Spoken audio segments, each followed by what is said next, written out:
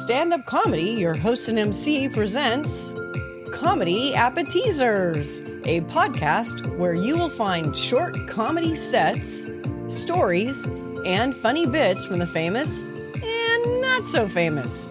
Here is your host and MC, Scott Edwards.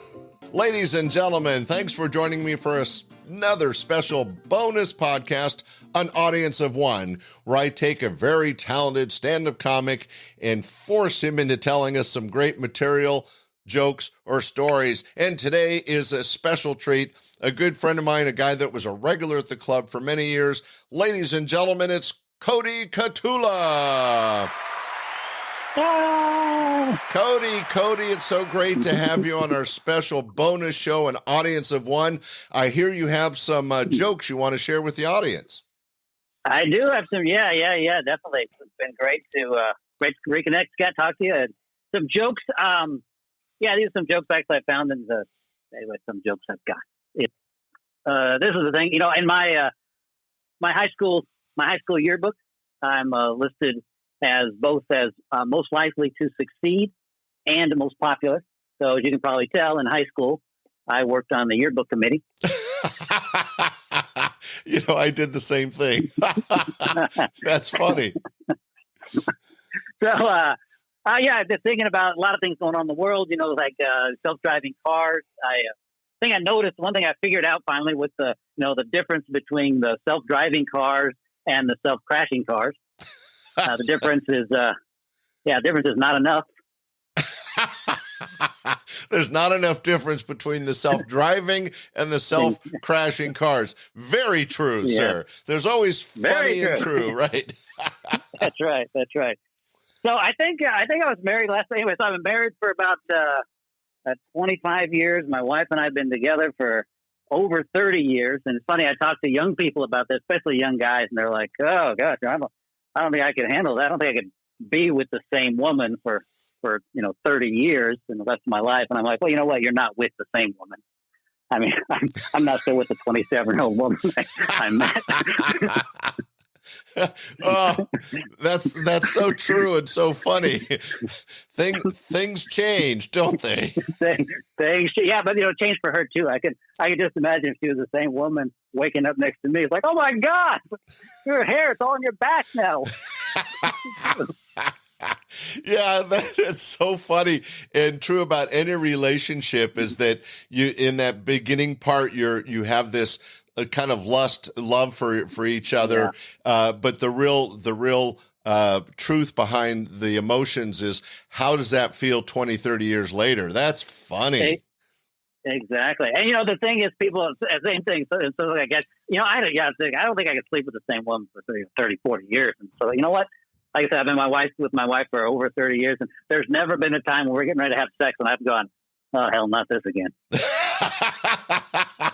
Wait a minute. Exactly. Yeah, no guy is going to go, oh, not that again. No way. And, but I will admit, one of the things is, you're together for a long time. You do definitely have those nights where you just, we have great, deep conversations sometimes. And sometimes we will go an evening and the sum of our conversation will be, did you just fart? It's something only a wife could ask. Only a wife can ask. Definitely.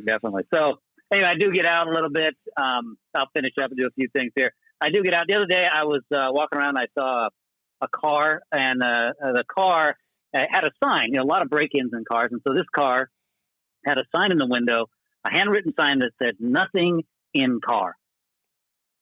I was like, does that actually ever work? Are people getting ready to break into that car and going, oh, wait a minute. Look, there's a sign, nothing in car. I mean, that's only going to work if the rest of us start putting signs in our car windows that say stuff in car.